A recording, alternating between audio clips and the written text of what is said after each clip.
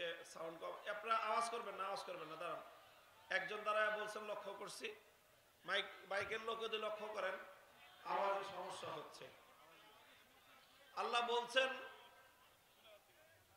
যে তোমরা কি লক্ষ্য করেছো কিছু মানুষ এমন আছে ইয়াজুমুনা আন্নাহুম আমানু, তারা নিজেরা দাবি করে যে তারা ঈমানদার।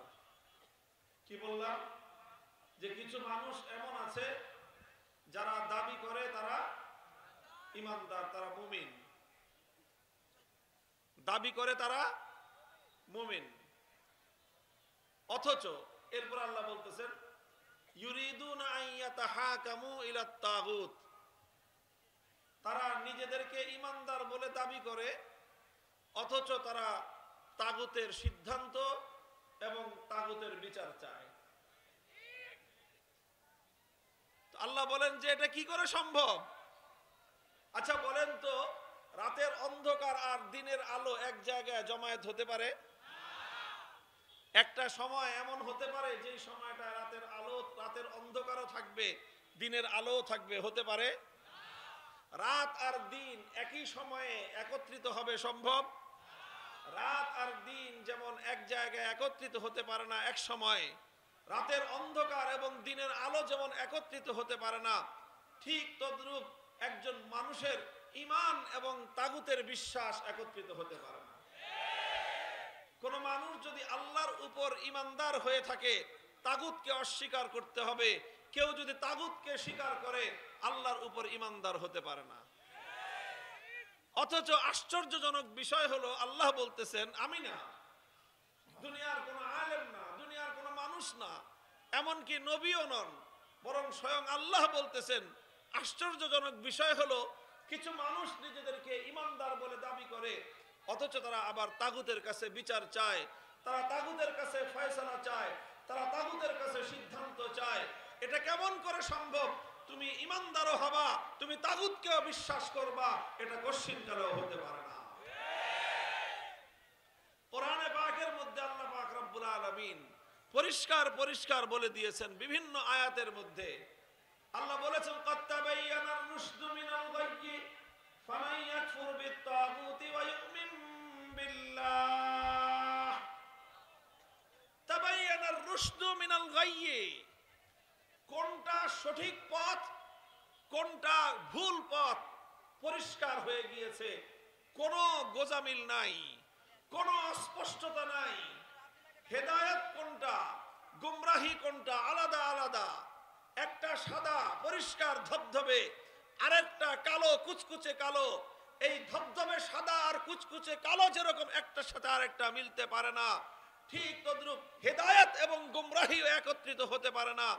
আল্লাহ বলছেন ফামান ইয়াকফুর বিত-তাগুত ওয়া ইউমিন বিল্লাহ, যে আল্লাহর উপর ঈমান আনবে আর তাগুতকে অস্বীকার করবে সেই একমাত্র মুক্তি পাবে।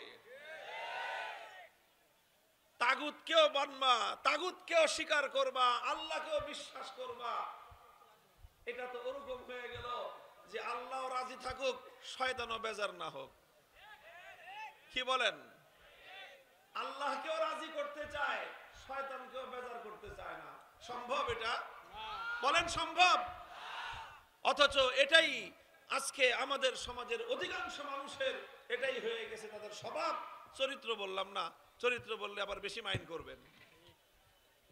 এটাই হলো আজকের অধিকাংশ মানুষের স্বভাব। অথচ কোরআন পরিষ্কার খুলে খুলে বলে দিয়েছে আল্লাযীনা আমানু ইউকাতিলুনা ফি সাবিলিল্লাহ ওয়াল্লাযীনা কাফারু ইউকাতিলুনা ফি সাবিলিত তাগুত। যারা ঈমানদার তারা আল্লাহর পথে লড়াই করে, যারা বেঈমান তারা তাগুতের পথে লড়াই করে। হক আর বাতিলের মধ্যে যেমন কোনদিন আপোষ হতে পারে না, আল্লাহর অনুসারী তাগুতের অনুসারী কোশ্চিনকালে আপোষ হতে পারে না।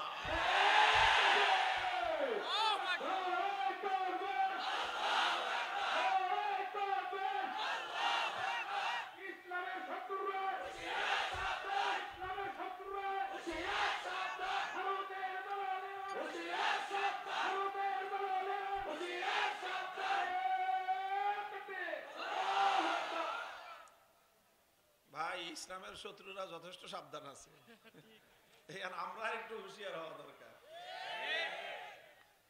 এই যে এই কথাটা আমি বলতেছি, এটা শুধু আমার গলার কণ্ঠের জোরের কথা না, এটা হৃদয়ের কষ্টের কথা। যে আমরা আল্লাহকে বিশ্বাস করি, আমরা ইমানদার বলে নিজেদেরকে পরিচয় দেই, বছর বছর হজও করি, অথচ তাগুতকে আমরা অস্বীকার করতে পারি না। এতটুকু ইমানের জোর আমাদের নাই। আল্লাহ পাক আমাদের সকলের মজবুত ঈমান দান করেন। প্রশ্ন করতে পারেন যে তাগুত জিনিসটা কি?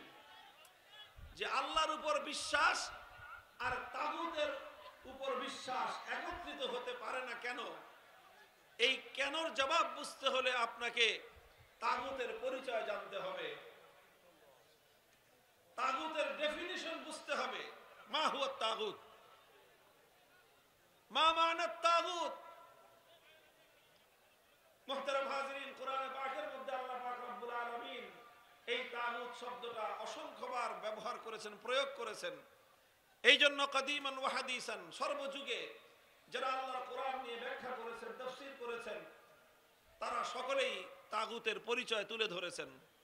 আমি সকল মুফাসসিরিনদের সকল আলোচনার জিস্ট এবং সারসংক্ষেপটা যদি সহজ ভাষায়, আমাদের ভাষায় যদি আমি বলতে চাই, তাহলে এভাবে বলা যায়। প্রথমে আগে একটা কথা বুঝেন, তারপরে তাগুতটা বুঝতে পারবেন। গায়রুল্লাহ বুঝেন আপনারা? গায়রুল্লাহ, হ্যাঁ গায়রুল্লাহ বুঝেন? কারা কারা বুঝেন হাত তুলেন তো। ওই যে কোনার দিক থেকে হাত আওয়াজ পরে উঠে, তার মানে ওখানে আওয়াজ পৌঁছতেছে না ঠিক মতো। আপনার মাইকের লোকেরা একটু খবর নেন, ভাই ওই কোনায় কেন আওয়াজ পৌঁছতেছে না। আপনারা ধৈর্য ধরেন, একটু ধৈর্য ধরেন, কোনো আওয়াজ করবেন না, সাউন্ড করবেন না, আমরা চেষ্টা করতেছি। তাহলে গায়রুল্লাহ কাকে বলে? গায়রুল্লাহ চিনেন? এই মহাবিশ্বের মধ্যে আল্লাহ ছাড়া বাকি যা আছে সব কি? চিৎকার করে বলেন, আল্লাহ ছাড়া যা আছে সব। একদিকে আল্লাহ আর একদিকে গায়রুল্লাহ, কথা ঠিক? তো আল্লাহ ছাড়া যা আছে সবই গায়রুল্লাহ। মানুষ গায়রুল্লাহ, ফেরেশতা গায়রুল্লাহ, আম্বিয়া নবী গায়রুল্লাহ, ওলি গায়রুল্লাহ, জিন গায়রুল্লাহ, আসমান জমিন গায়রুল্লাহ, সব কিছু গায়রুল্লাহ। আল্লাহ ছাড়া যা আছে সব গায়রুল্লাহ। তো কোন গায়রুল্লাহকে, কথা বুঝেন, এবার তাগুতের পরিচয় দিচ্ছি। যে কোন গায়রুল্লাহকে, এদিকে তাকান, এদিকে এদিকে এদিকে, ওদিকে তাকালে ওদিকে আওয়াজ করবেন না কেউ, মেহেরবানি করে কেউ কোনো দিকে আওয়াজ করবেন না। আওয়াজ ছাড়া যা করেন নাকশা ফাটাফাটি করেন, কোনো অসুবিধা নাই, কিন্তু আওয়াজ করবেন না। লক্ষ্য করেন এদিকে, সবাই এদিকে, লিসেন মি, আমার দিকে তাকান এবং আমার কথা শুনুন মনোযোগ দিয়ে। খুব অল্প সময় আমাকে আপনাদের গুরুত্বপূর্ণ একটা মেসেজ দিয়ে যেতে হবে। আমরা সূর্যাস্তের আগে আমাদের ঢাকায় পৌঁছতে হবে, বুঝছেন কিন্তু ব্যাপারটা। কাজে আপনারা যদি এদিক সেদিক তাকান, সময় কিন্তু বসে থাকবে না। তাহলে আমি বলছি, যে কোনো গায়রুল্লাহকে যদি আল্লাহর আসনে বসানো হয়, যে কোনো গায়রুল্লাহকে যদি আল্লাহর স্থান দেওয়া হয়, তাহলে সেই গায়রুল্লাহকে তাগুত বলা হয়। কথা বোঝা গেল? যে কোনো গায়রুল্লাহকে যদি আপনি আল্লাহর আসনে বসান, যে আসনটা আল্লাহর জন্য নির্ধারিত, সেই আল্লাহর নির্ধারিত আসনে যদি আপনি কোনো গায়রুল্লাহকে বসান, সেই গায়রুল্লাহকে বলা হয় তাগুত। যেরকম স্পষ্ট দৃষ্টান্ত যদি আমি বোঝাই, এই মহাবিশ্বের মধ্যে ইবাদতের একমাত্র উপযুক্ত কে? সুতরাং ইবাদত পাবেন একমাত্র, ইবাদতের মালিক একমাত্র। তো যেই ইবাদত একমাত্র আল্লাহর জন্য হওয়ার কথা, ইবাদতের মালিক যে একমাত্র আল্লাহ, আল্লাহ ছাড়া যদি অন্য কারো ইবাদত করা হয়, তাহলে যার জন্য, যেই গায়রুল্লাহর জন্য ইবাদত করা হবে, সেই গায়রুল্লাহকে বলা হবে তাগুত। সে যুগে মানুষ লাত, মানাত, উজ্জা, হুবালের পূজা করত, আল্লাহকে বাদ দিয়ে লাতকে সেজদা দিত, আল্লাহকে বাদ দিয়ে হুবালকে সেজদা করত, আল্লাহকে বাদ দিয়ে মানাত এবং উজ্জাকে পূজা করত। আল্লাহকে বাদ দিয়ে যেই দেবতার পূজা করা হতো, সেই দেবতাকে বলা হতো তাগুত। বর্তমান পৃথিবীতে এমন কোন দেবতাকে আছে মানুষ যার পূজা করে? আছে? দুর্গাকে মানুষ পূজা করে, সরস্বতী, কালী, এই সকল দেবতাকে মানুষ পূজা করে। তাহলে এই সকল দুর্গা, সরস্বতী, কালী, দেবতা এগুলা আল্লাহ না গায়রুল্লাহ? তো যদি গায়রুল্লাহকে আল্লাহর আসনে বসানো হয়, ইবাদতের মালিক একমাত্র কে? তো আল্লাহকে ইবাদত না করে যদি কেউ দুর্গার ইবাদত করে, তাহলে দুর্গাকে বলা হয় তাগুত। কোন মানুষ যদি কোন তাগুতের ইবাদত করে, কোন মানুষ যদি দুর্গার পূজা করে আর 5 ওয়াক্ত নামাজ পড়ে, ঈমানদার না বেঈমান? কোন মানুষ যদি কালী অথবা সরস্বতীর পূজা করে, প্রতি বছর হজ করে, ঈমানদার না বেঈমান? তাকে বলা হবে আলহাজ বেঈমান। কথা বলেন ঠিক না বেঠিক? আমাদের দেশে অনেক মানুষ মনে করে যে হজ করছে তো ঈমানদার পাক্কা হয়ে গেছে। আর বেটা আবু জাহাল তোমার চেয়ে বহু বেশি হজ করছে। যে বছর মুহাম্মদুর রাসূলুল্লাহ সাল্লাল্লাহু আলাইহি ওয়াসাল্লামের সাথে যুদ্ধ করে সে বদরের যুদ্ধের ময়দানে ধ্বংস হয়েছে, সে তার আগের বছরও জিলহজ মাসে সে হজ করেছে। কাজেই গায়রুল্লাহকে যদি কেউ আল্লাহর জায়গায় বসায়, সে আর যাই কিছু হোক ঈমানদার হতে পারে না। তাহলে একজন মানুষ যদি আল্লাহকে বাদ দিয়ে কোন গায়রুল্লাহর পূজা করে, আল্লাহকে বাদ দিয়ে কোন গায়রুল্লাহর ইবাদত করে, সে ঈমানদার হতে পারে না, সে তাগুতের পূজারী। ভাই এবার বুঝেন, ইবাদতের একমাত্র উপযুক্ত কে? ইবাদতের উপযুক্ত যেরকম একমাত্র আল্লাহ, ইবাদতের মালিক যেমন একমাত্র আল্লাহ, ঠিক তদ্রূপ এই মহাবিশ্বের মধ্যে মানুষের জন্য, সমস্ত মাখলুকাতের জন্য আইন এবং বিধান দেওয়ার একচ্ছত্র নিরঙ্কুশ ক্ষমতার মালিক একমাত্র কে? ইবাদতের মালিক যেমন একমাত্র আল্লাহ, ঠিক তদ্রূপ সৃষ্টি জগতের মধ্যে নিরঙ্কুশ ভাবে, প্রশ্নহীন ভাবে, আনচ্যালেঞ্জেবল ভাবে, এমন ভাবে চূড়ান্ত ভাবে আইন তৈরি করবার একমাত্র মালিক, একমাত্র ক্ষমতার অধিকারী হলেন আল্লাহ।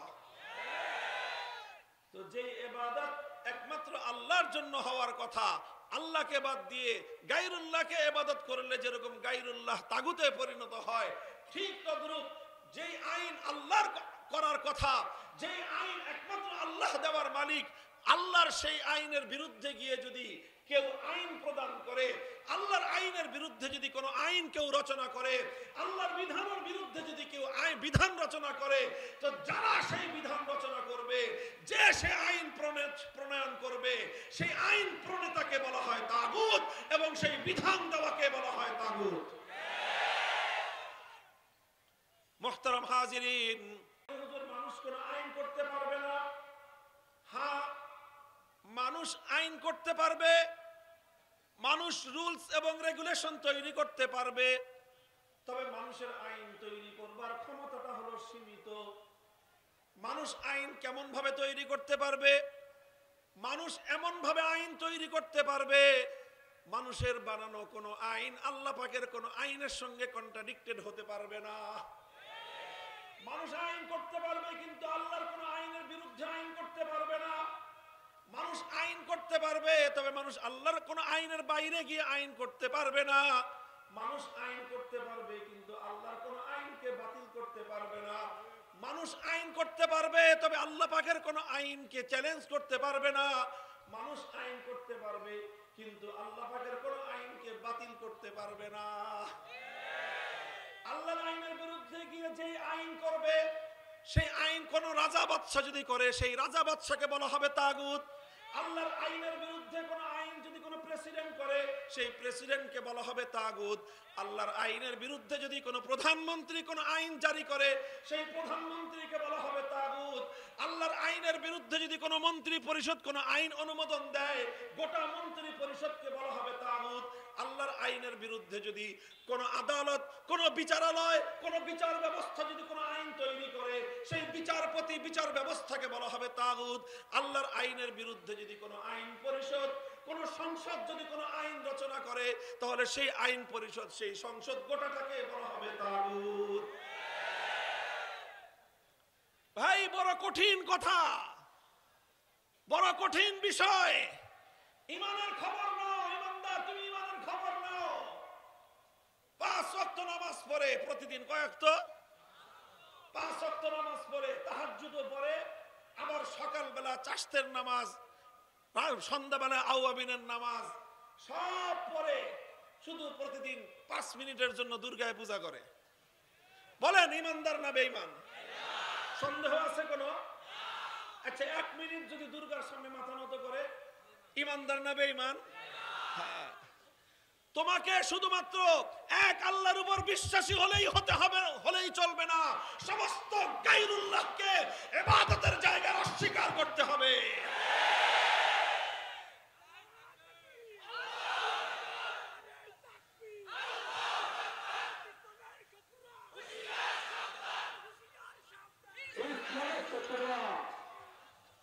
দেখেন আল্লাহ পাকের এই যে ইবাদতের একমাত্র মালিক কে?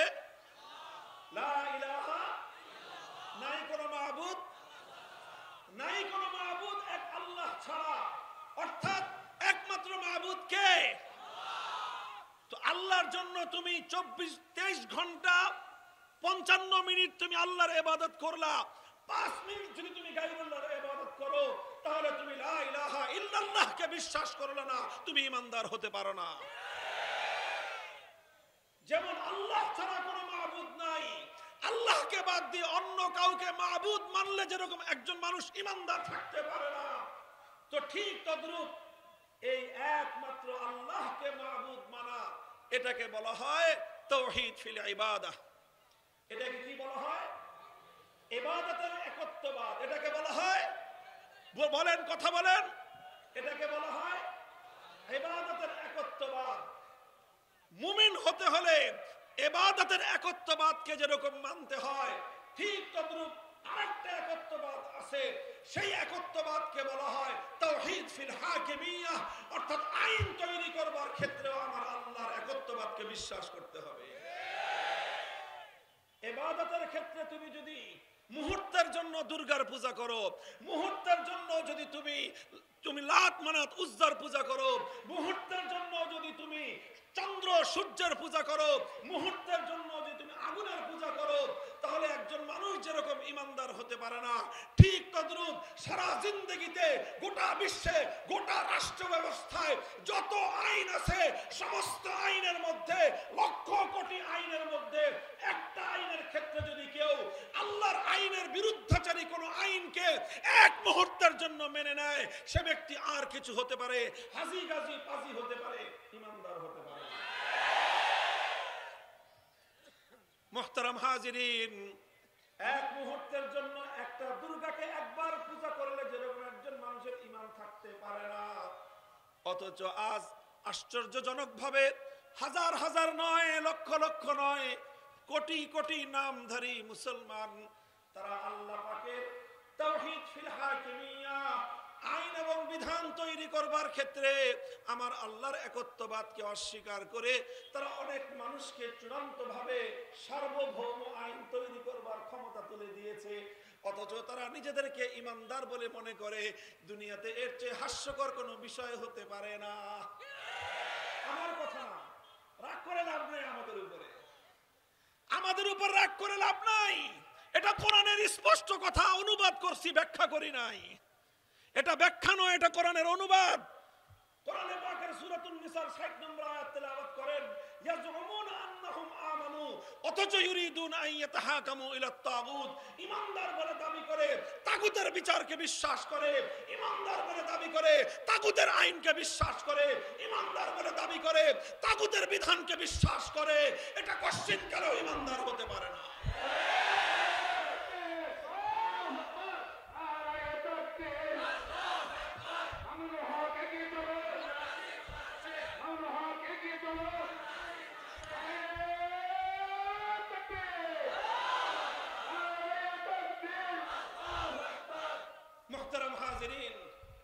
মুসলমান সমাজের মধ্যে এইভাবে তাগুতি আইন, তাগুতি বিধান, এটা মুসলিম সমাজের মধ্যে ছিল না। এটা ছিল ইহুদি খ্রিস্টানদের মধ্যে। ইহুদি খ্রিস্টানদের মধ্যে এই কুপ্রথা, এই অভিশপ্ত ব্যবস্থা, এটা ইহুদি খ্রিস্টানদের মধ্যে ছিল। এটা মূর্তি পূজকদের মধ্যে ছিল, এটা অগ্নি পূজকদের মধ্যে ছিল, এটা সূর্য পূজারীদের মধ্যে ছিল। একত্ববাদী ঈমানদারদের মধ্যে এই অভিশপ্ত ধারা ছিল না। আল্লাহর কোরআন খুলে খুলে অনেক জায়গায় বলেছে, আমি তত লম্বা আলোচনা করবার অবকাশ পাবো না। আল্লাহ খ্রিস্টানদের ব্যাপারে, ইহুদিদের ব্যাপারে খুলে খুলে বলে দিয়েছে, ইত্তাখাযু আহবারাহুম ওয়া রুহবানাহুম আরবাবাম মিন দুনিল্লাহ। ইহুদি এবং খ্রিস্টানরা তাদের মধ্যকার যারা শিক্ষিত শ্রেণী এবং তাদের মধ্যকার যারা পাদ্রী শ্রেণী, এই দুই শ্রেণীর মানুষকে তারা আল্লাহর মর্যাদা দেয়, আল্লাহর আসন দেয়। আল্লাহ যদি কোনো বিধানকে বৈধ বলে দেন, তারা সেটাকে অবৈধ বলে দিলে জাতি সেটাকে অবৈধ বলে মেনে নেয়। আল্লাহ বললেন বৈধ, পাদ্রীরা বলল অবৈধ, আল্লাহটাকে বাদ দিয়ে পাদ্রীদেরটা মেনে নেয়। আল্লাহ বলতেছেন তোমরা তো পাদ্রীদেরকে আল্লাহর আসনে বসায় দিলা। অথচ সেই ইহুদিদের অভিশপ্ত ধারা, খ্রিস্টানদের অভিশপ্ত ধারা মুসলমানদের মধ্যে, মুসলমানদের সোনালী যুগের 600 বছর পর্যন্ত ছিল না। গোটা মুসলিম বিশ্বে কোথাও এমন পাওয়া যায় না যে আল্লাহ পাকের কোন একটা বিধানকে, কোন একটা আইনকে মুসলিম বিশ্বের মধ্যে কেউ চ্যালেঞ্জ করেছে। কোন পণ্ডিত, কোন ক্ষমতাবান, কোন ক্ষমতাধর আল্লাহ পাকের কোন বিধানকে চ্যালেঞ্জ করেছে? মুসলমানদের গোটা 600 বছরের ইতিহাসে এমন কোন কুলাঙ্গারের জন্ম হয় নাই। এরপরে আসলে একটা সময়, সেই সময়টা মুসলমানদের উপর একটা বিরাট অভিশাপ নেমে আসলো। তাতারি সম্প্রদায়, মঙ্গোলীয় সম্প্রদায় মুসলমানদের উপর তারা আগ্রাসন চালালো, লক্ষ লক্ষ মুসলমানদেরকে শহীদ করলো। মুসলমানদের প্রাণ কেন্দ্র বাগদাদ খেলাফতের রাজধানীকে ধ্বংস করে দিল। মুসলিম বিশাল এলাকা দখল করে তাতারিরা তারা মুসলমানদের এলাকায় সাম্রাজ্য স্থাপন করলো। এটা বড় দুঃখজনক ছিল না, সবচেয়ে বড় দুঃখজনক বিষয় ছিল তাতারিরা সর্বপ্রথম মুসলিম জাতির মধ্যে আল্লাহর আইনকে উপেক্ষা করে তাতারিদের নেতা চেঙ্গিস খানের বানানো আইন গ্রন্থ ছিল, যেটার নাম ইতিহাসের পাতায় পাওয়া যায় ইয়াসেক। এই ইয়াসেকের আইন মুসলিম জাতির উপর তারা চালিয়ে দিল। এটা ছিল মুসলমানদের উপর সর্বপ্রথম সবচেয়ে বড় অভিশাপ।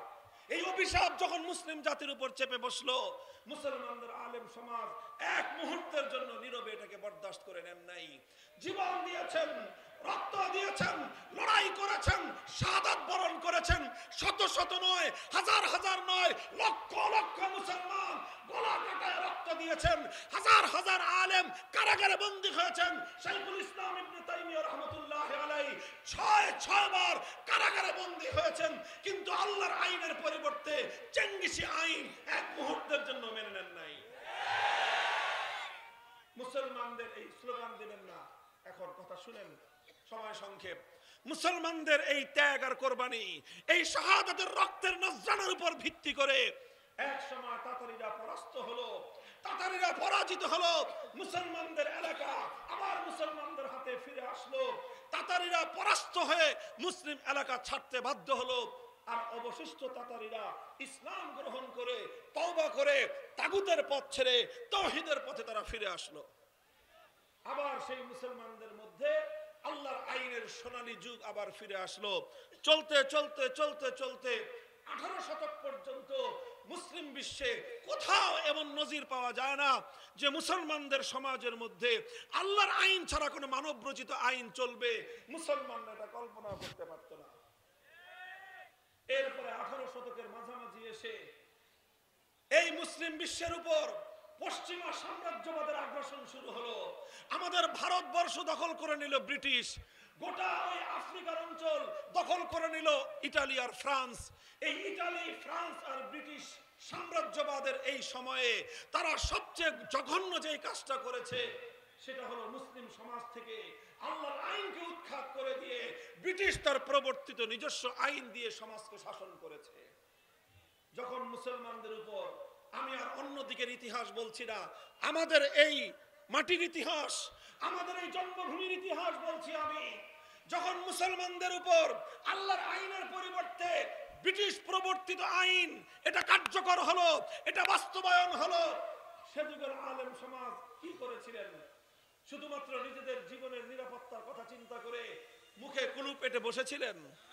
সে যুগের আলেমরা শুধুমাত্র নিজেদের জীবনের ভয় করে তারা নিজেরা নিজেদের নিরাপত্তার কথা চিন্তা করে চুপ করেছিলেন? ইতিহাসের পাতা উল্টান, 1803 সালে আমাদের এই পাক ভারত উপমহাদেশের সমস্ত আলেমদের ওস্তাদ শাহ আব্দুল আজিজ মুহাদ্দিস দেহলভী রহমতুল্লাহ আলাইহি ফতোয়া জারি করেছিলেন, মুসলিম ভূখণ্ডে মুসলমানদের সংখ্যা যতই হোক না কেন, মুসলমান মেজরিটি হোক, এমনকি মুসলমান 100% হোক, মুসলমান 90% হোক, মুসলমান 80% হোক, মুসলমানের সংখ্যা দিয়ে দেশ ইসলামী হয় না। কথা শুনেন, মুসলমানদের সংখ্যা দিয়ে দেশ কি হয় না?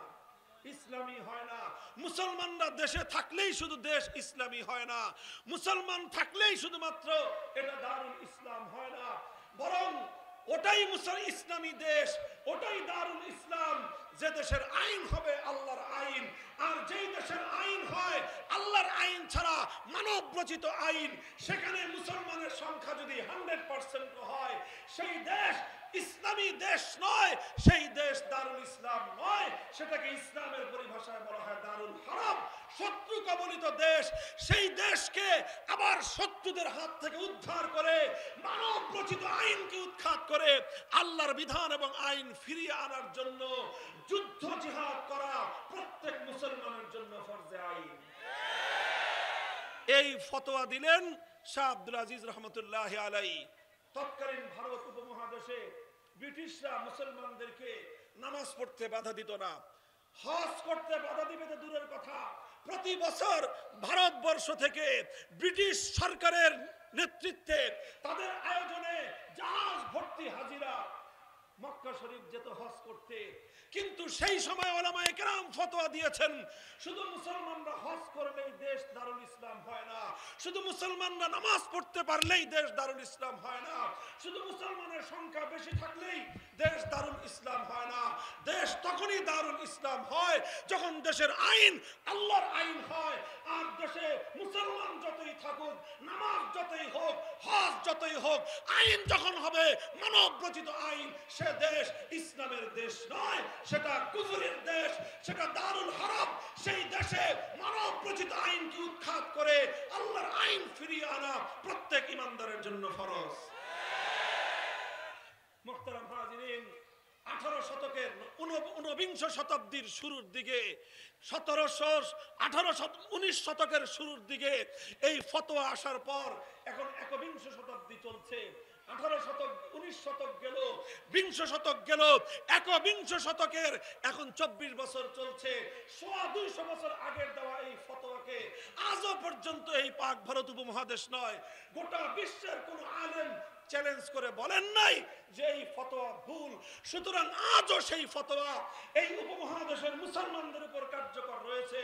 আর সেই ফতোয়া হলো এই দারুল হারবকে অমুসলিমদের আইনের দ্বারা পরিচালিত, ব্রিটিশ আইনে পরিচালিত এই দেশটাকে আবার আল্লাহর কোরআনের আইনের দিকে ফিরিয়ে আনবার জন্য যা করতে হয়, লড়াই করতে হলে লড়াই, যুদ্ধ করতে হলে যুদ্ধ, জীবন দিতে হলে জীবন দেওয়া মুসলমানদের জন্য ফরজ।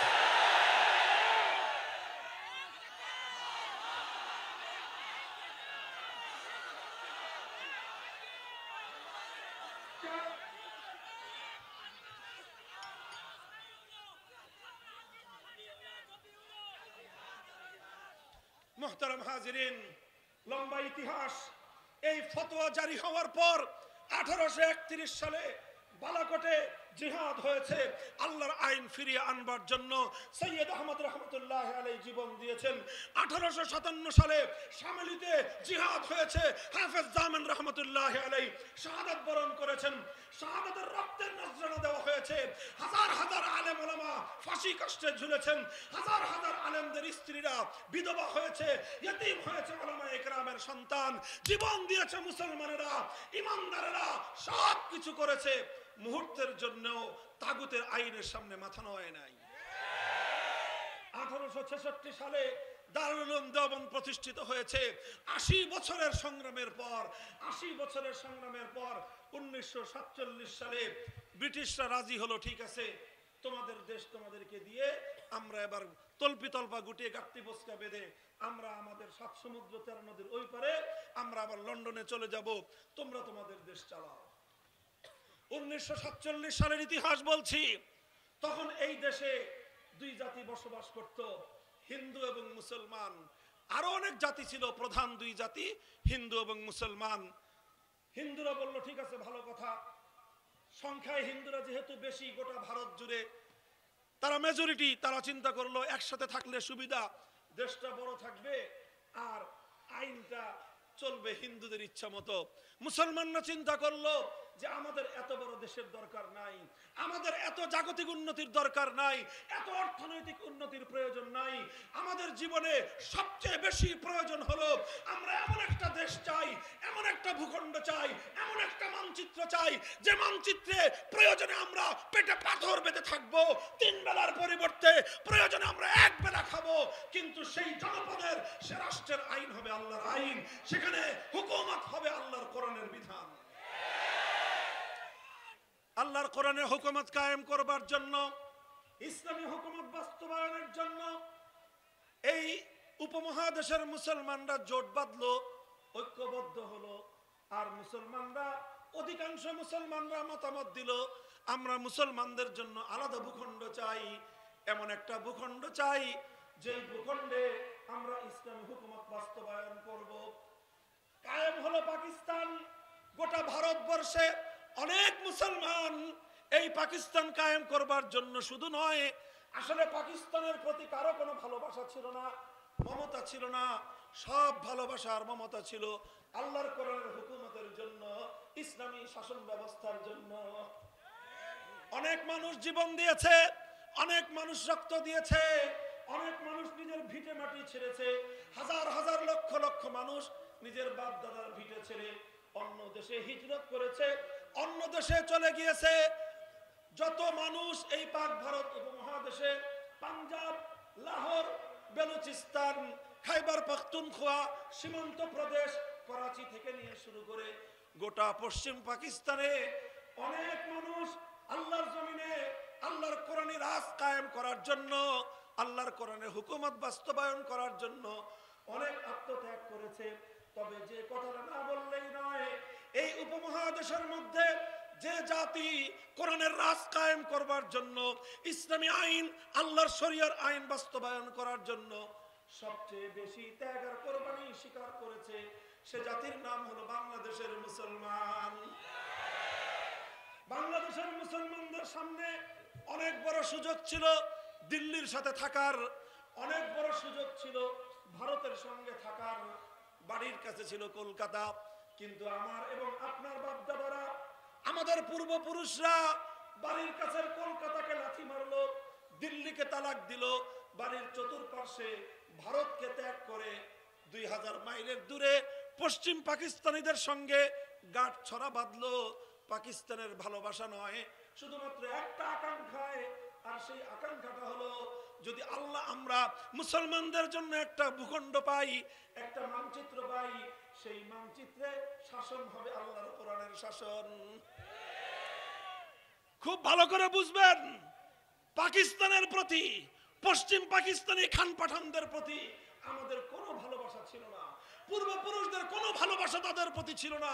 ভালোবাসা থাকলে ছিল শুধু আল্লাহর কোরআনের প্রতি, প্রেম ছিল আল্লাহর আইনের প্রতি, আমাদের ভালোবাসা ছিল আল্লাহর কোরআনের রাজের প্রতি। রাষ্ট্র হলো 47 সালে মুসলমানদের জন্য আলাদা ভূখণ্ড। ভূখণ্ড কায়েম হওয়ার পর দেশের আলেম সমাজ পাকিস্তানের শাসক গোষ্ঠীকে বলল, এই তো মুসলমানদের জন্য রাষ্ট্র হয়েছে, এবার আপনারা ইসলামী শাসন কায়েম করেন, করেন ইসলামী শাসন। এখানে তো এখন আর অন্য কোনো জাতি নাই, হিন্দুরা তো ভারতে থেকে গেছে, এটা আমাদের শুধু মুসলমানদের দেশ, তো এখানে কেন ইসলামী আইন হবে না, এখানে কেন কোরআনের শাসন হবে না? পশ্চিম পাকিস্তানি স্বৈরাচারী শাসকের গোষ্ঠী কইল যে হুজুর, দেশটা তো এখনো শিশু, এই ইসলামী শাসন অনেক কঠিন, এখন এই কঠিন খাবার এই শিশু রাষ্ট্র খাইতে পারবে না। তাহলে কি করতে হবে? এই কয়েকটা দিন সময় দেন, আমরা শিশু রাষ্ট্রটাকে একটু কয়েকদিন বড় টড়ো করলে তারপরে আমরা কোরআনী শাসন দিব, ইসলামী শাসনতন্ত্র বাস্তবায়ন করব। 5 বছর পরে জিজ্ঞেস করলো পাকিস্তানের শাসকদেরকে, তোমার রাষ্ট্র কি শিশু বড় হয়েছে? কয় না হুজুর, এখনো শিশু বড় হয়নি, আরেকটু সময় দেন। 10 বছর পরে জিজ্ঞাসা করলো, এই বেটা তোর রাষ্ট্র কি বড় হয়েছে? কয় না হুজুর, এখনো এটা 10 বছর তো আরেকটু সময় লাগবে, এটা বড় হয় নাই। 15 বছর পরে জিজ্ঞাসা করলো, তোর এই রাষ্ট্র কি বড় হয়েছে? কয় না হুজুর, এখনো বড় হয় নাই, আরেকটু সময় লাগবে। 20 বছরে জিজ্ঞাসা করলাম, তোর বুইরা খাটাস এই পোলা কি বড় হয়েছে? পাকিস্তান নামক বুইরা খাটাস পোলা, এটা কি বালেগ হয়েছে? কয় না হুজুর, এই 20 বছর হয়েছে তো এখনো এটা শিশু আছে, আরো সময় লাগবে। আমার আব্বাজান শাইখুল হাদিস আল্লামা আজিজুল হক রহমতুল্লাহি আলাইহি মনের বড় দুঃখ নিয়ে উপহাস করে একটা কথা বলতেন, 24 বছরে যেই শিশু সাবালক হয় না, ওটা 90 বছরে আর হবে না। বুঝলেন না এই কথা? আরে ভাই, 24 বছরে একটা পুরুষ মানুষ তাগড়া যুবক হয়, এখন 24 বছরেও যদি কস্তর এই পোলা শিশু, তার এই পোলা আর বালেগ হবে কবে? যেই পাকিস্তান 24 বছরেও তার শৈশবকাল অতিক্রম করতে পারে নাই, 24 বছরেও জাতির সঙ্গে কৃত আল কোরআনের শাসন কায়েম করবার অঙ্গীকার বাস্তবায়ন করতে পারে নাই, বাংলার মুসলমানরা বলেছিল সেই অকার্যকর, সেই বাতিল পাকিস্তানের প্রয়োজন নাই, ভেঙ্গে টুকরো করে দাও।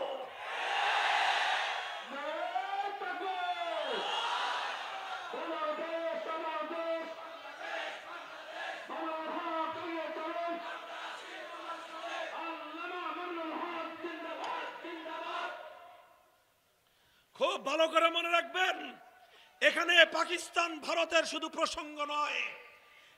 অনেকে ইসলামপন্থীদেরকে পাকিস্তানপন্থী বলে আখ্যায়িত করবার চেষ্টা করে। পরিষ্কার ভাষায় বলি, পাকিস্তানের প্রতি আমাদের আলাদা কোনো প্রীত ছিল না, আমাদের প্রীত ছিল আল্লাহর কোরআনের প্রতি, আমাদের ভালোবাসা ছিল আল্লাহর কোরআনের শাসনের প্রতি, আমাদের ভালোবাসা ছিল আল্লাহর আইনের প্রতি। সেটা 47-এও ছিল, সেটা 71-এও ছিল, সেটা 90-তেও ছিল, সেটা 2024-এও ছিল, ভবিষ্যতেও থাকবে সেটাই।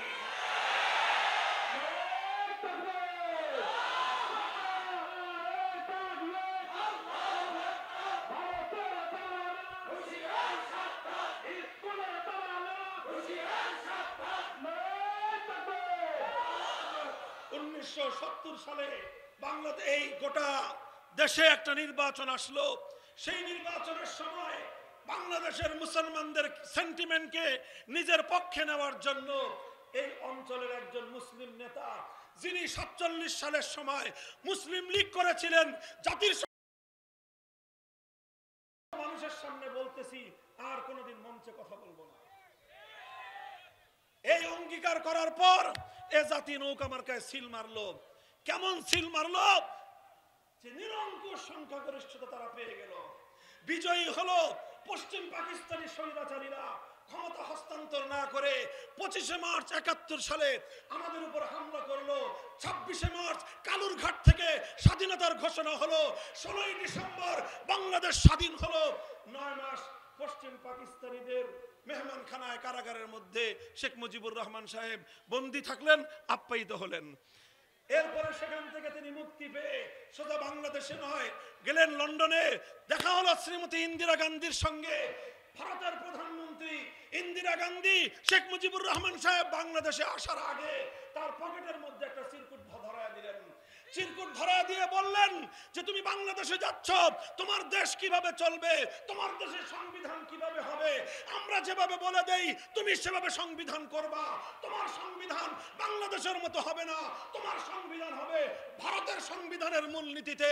ভারতের সংবিধানের 4টা মূলনীতি: জাতীয়তাবাদ, ধর্মনিরপেক্ষতাবাদ, গণতন্ত্র, সমাজতন্ত্র।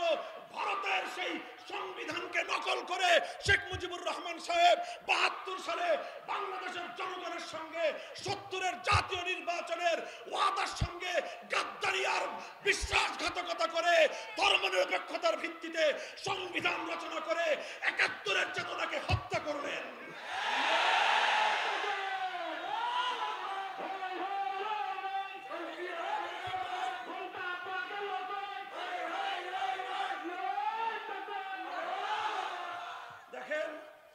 রাজনৈতিক আলোচনা করছি না, আমি আমার মুসলমানদের ইসলামের মূল জায়গাটা নিয়ে কথা বলছি। আমাদের পৌনে 1 শতাব্দী পর্যন্ত আমাদের দেশ এবং ইসলাম আর মুসলমানদের সঙ্গে শাসক গোষ্ঠী কিভাবে গাদ্দারি করেছে সেই গাদ্দারির ইতিহাস বলছি। 72-এর সংবিধান 71-এর চেতনার ছিল না। 72-এর চেতনা এটা 71-এর চেতনার জায়গায় ভেজাল চেতনা ছিল। 50 বছর ধরে আমাদের জাতিকে ৭২-এর চেতনা গেলানো হয়েছে, নাম দিয়েছে ৭১। ৭১-এর চেতনা ছিল জালিমের বিরুদ্ধে মজলুমের লড়াই, ৭১-এর চেতনা ছিল মানুষের অধিকারের লড়াই, ৭১-এর চেতনা ছিল বৈষম্যের বিরুদ্ধে লড়াই, ৭১-এর চেতনা ছিল জুলুম আর বৈষম্যহীন ইনসাফপূর্ণ এক বাংলাদেশ। ৭২-এর চেতনা ছিল কুফরি বাংলাদেশের সংবিধান, ৭২-এর চেতনা ছিল ভারতের তাবেদারির সংবিধান, ৭২-এর চেতনা ছিল বাংলাদেশকে ভারতের সেবাদাস গোলাম বানানোর সংবিধান। খুব ভালো করে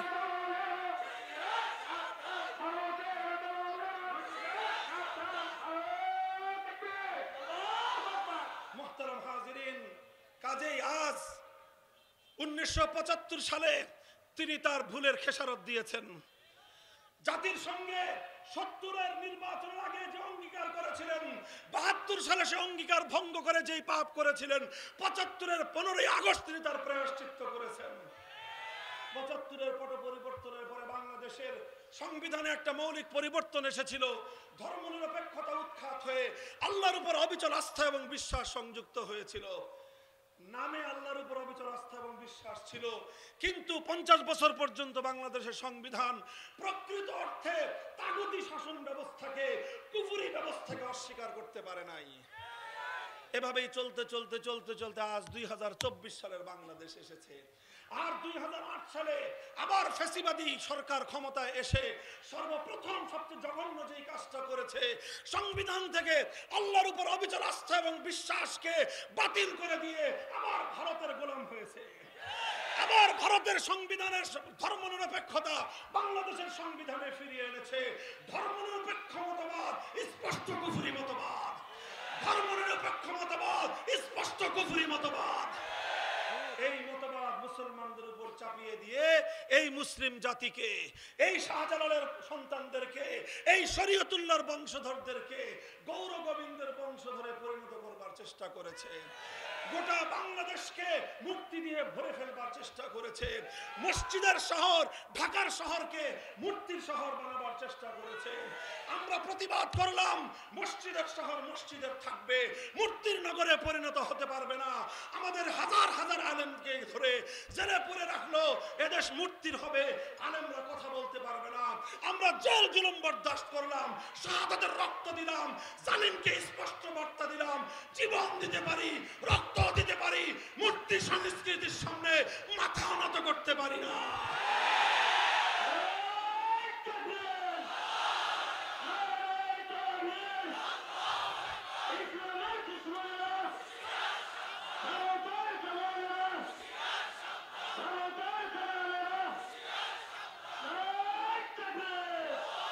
এই নরেন্দ্র মোদী সরকার 1992 সালের 6 ডিসেম্বর, আজকে কয় তারিখ? চিৎকার করে বলেন, কয় তারিখ? 6 ডিসেম্বর। এই ভারত উপমহাদেশের মুসলমানদের হৃদয়ে রক্তক্ষরণের দিন, এই দিন বাবরি মসজিদের শাহাদাতের দিন। 1992 সালের 6 ডিসেম্বর 500 বছরের প্রাচীন বাদশাহ বাবরের নির্মিত বাবরি মসজিদকে শহীদ করেছিল নরেন্দ্র মোদী। নরেন্দ্র মোদীর নেতৃত্বে গুজরাটে হাজার হাজার মুসলমানদেরকে জবাই করে হত্যা করা হয়েছে। নরঘাতক নরেন্দ্র মোদী মুসলমানদের রক্ত দিয়ে হোলি খেলে আজ ভারতের ক্ষমতার মসনদে বসেছে। বাংলাদেশ এই বাবরি মসজিদের বিরুদ্ধে সারা পৃথিবীকে একত্রিত করেছিল। শাইখুল হাদিস আল্লামা আজিজুল হক রাহমাতুল্লাহি আলাইহি বাবরি মসজিদ নির্মাণ করবার জন্য 1993 সালের 2রা জানুয়ারি থেকে 4ঠা জানুয়ারি পর্যন্ত ঢাকা থেকে লং মার্চ করে সীমান্ত এলাকায় ঝিকরগাছা পর্যন্ত গিয়ে বুলেটের আঘাতে তিনি তার কাফেলা নিয়ে ফিরে এসেছিলেন। বাবরি মসজিদ নির্মাণের লড়াই শেষ হয়ে যায় নাই। আজ 6 ডিসেম্বর আমরা বলতে চাই, 1992 সালে বাবরি মসজিদ শহীদ করে হিন্দুত্ববাদের যে বিষ আগুন তোমরা গোটা ভারতবর্ষে ছড়িয়ে দিয়েছো, বাবরি মসজিদ শহীদ করে সেখানে জুডিশিয়াল কিলিং এর মাধ্যমে রাম মন্দির নির্মাণ করবার সিদ্ধান্ত দিয়েছো। আমরা ঘোষণা করছি, একটা দিন আসবে আমরা আবার বাবরি মসজিদের জায়গায় বাবরি মসজিদ নির্মাণ করে আল্লাহর দরবারে সিজদা দিব।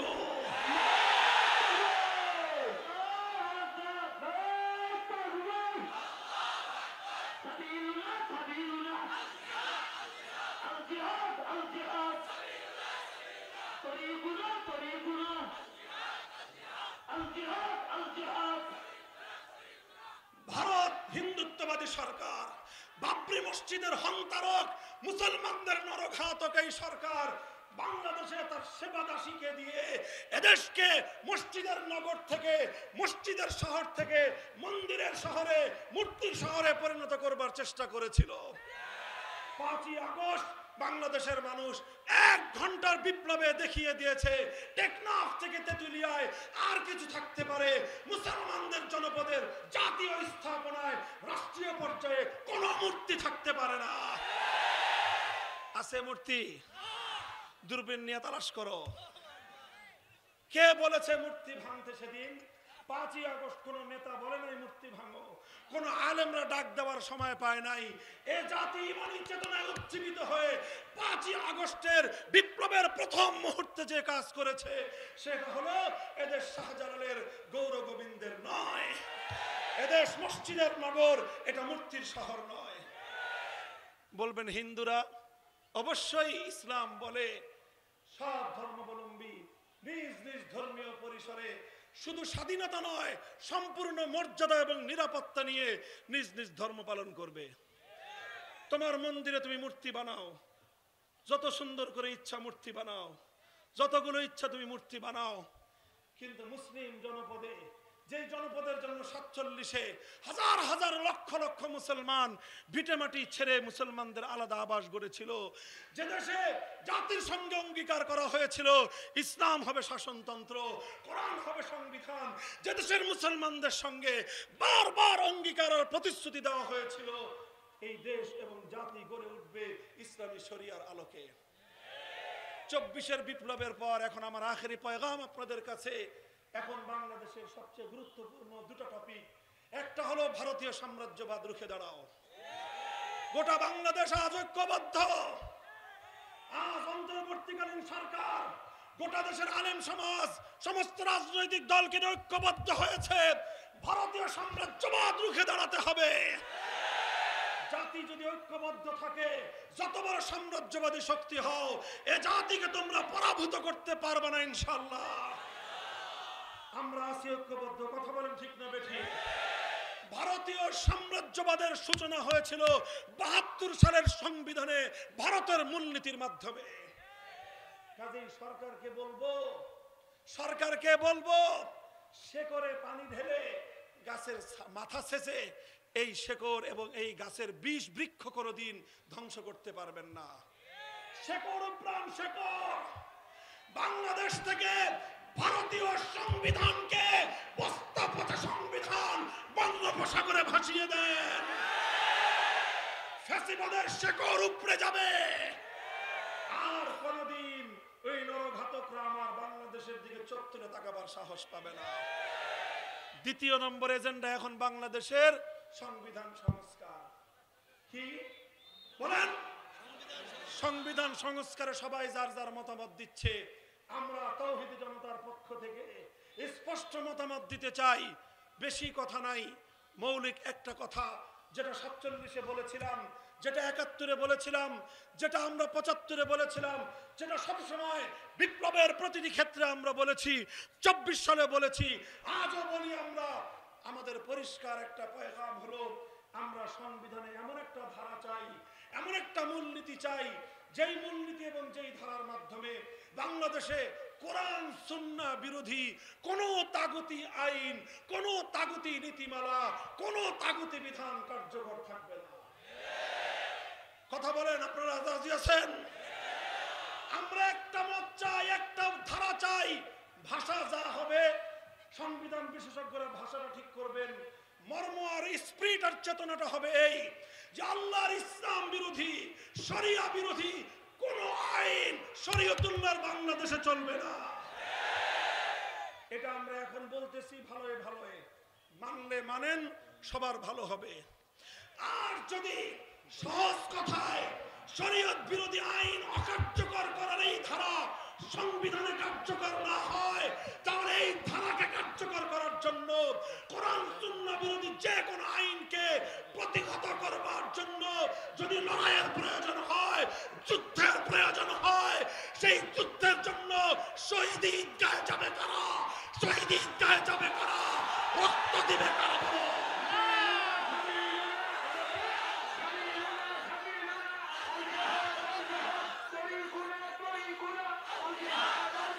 শেষ কি করবো এখন সময় দিবেন 5 মিনিট আর ব্যাগ চালাবে এরপর দোয়া করে দেবেন